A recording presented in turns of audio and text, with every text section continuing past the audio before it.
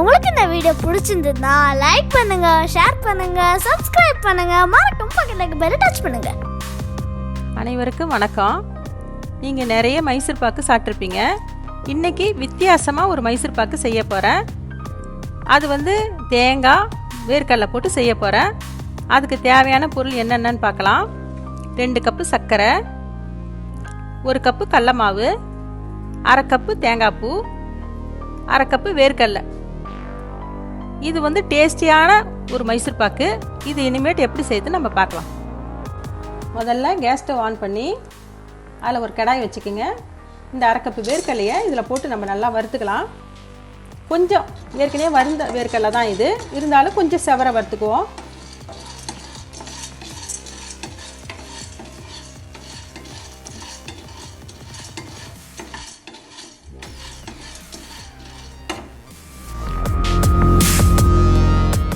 பாருங்க, நல்லா செவந்துடுச்சு. இதை ஒரு பிளேட்டில் நம்ம மாற்றிக்கலாம். அடுத்ததாக தேங்காய் பூ, இதையும் போட்டு நல்லா ட்ரையாக வறுத்துக்கலாம்.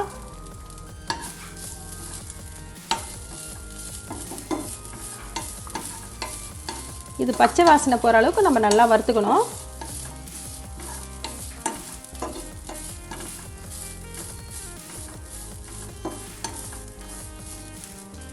பாருங்கள், தேங்காயும் நல்லா ட்ரை ஆயிடுச்சு. இதையும் நம்ம ஒரு பிளேட்டில் மாற்றிக்கலாம்.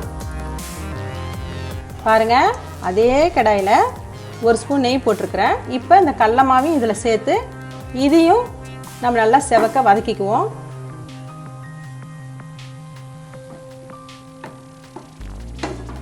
கட்டி இல்லாமல் கொஞ்சம் நல்லா செவர இதையும் பச்சை வாசனை போகிற அளவுக்கு நம்ம வதக்கிக்கணும்.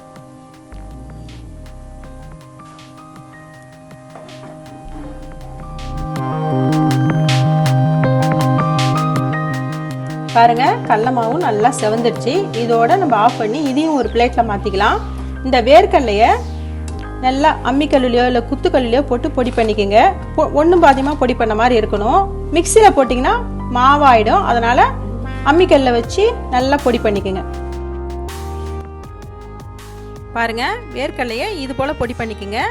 இப்போ இது கூடவே கடல மாவு, தேங்காய் எல்லாத்தையும் போட்டு ஒன்றா கலந்துக்கலாம். அதே பேனில் இந்த சர்க்கரையை போட்டுக்குவோம். இதில் ஒரு 1/2 கப்பு தண்ணி ஊற்றிக்கலாம். இது கொஞ்சம் மெல்ட் ஆகட்டும். நம்ம ஒரு கம்பி பதம் அளவுக்கு இதை கொஞ்சம் காய்ச்சிக்குவோம்.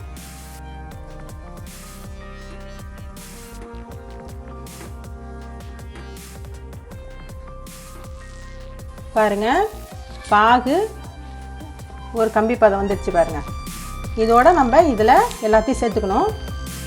இப்போ இந்த சர்க்கரை பாகில் 1 ஸ்பூன் நம்ம ஏலக்காய் பொடி சேர்த்துக்குவோம். அதுக்கப்புறமா இந்த கலந்து வச்சுக்கிற மாவை கொஞ்சம் கொஞ்சமாக இதில் சேர்த்துக்கலாம். கிளறிக்கினே இருக்கணும், இல்லைன்னா கட்டி ஆகிடும்.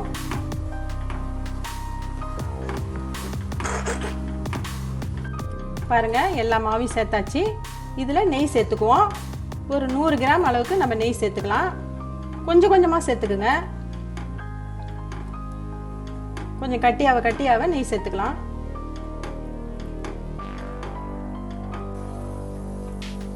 பாருங்க, பேனில் ஒட்டாமல் வருது. பாருங்க, இந்த டைமோட நம்ம இதை ஆஃப் பண்ணிக்கின்னு நெய் தடவைன ஒரு பிளேட்டில் இதை கொட்டிக்கலாம்.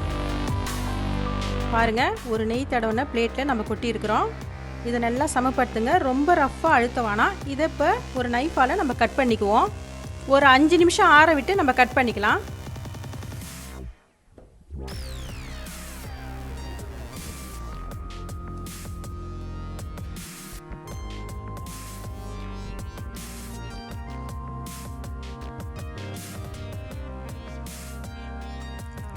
பாருங்க, மைசூர் பாக்கு நம்ம கட் பண்ணிட்டோம். இதை டைமண்ட் ஷேப்லேயோ இல்லை ஸ்கொயர் ஷேப்லேயோ நம்ம கட் பண்ணிக்கலாம்.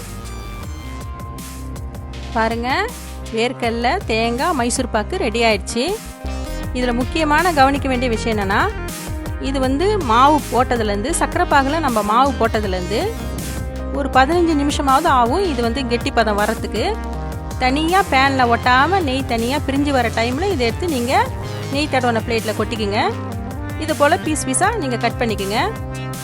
எங்கள் அம்மா சின்ன வயசில் இருக்கும்போது எங்களுக்கு இந்த மாதிரி அடிக்கடி செய்து கொடுப்பாங்க.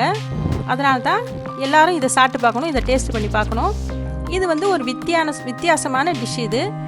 அதால் தான் எல்லாருக்கும் இதை செய்யணுன்றதுக்காக தான் இதை செய்தேன். நீங்களும் இதை ட்ரை பண்ணி பாருங்கள்.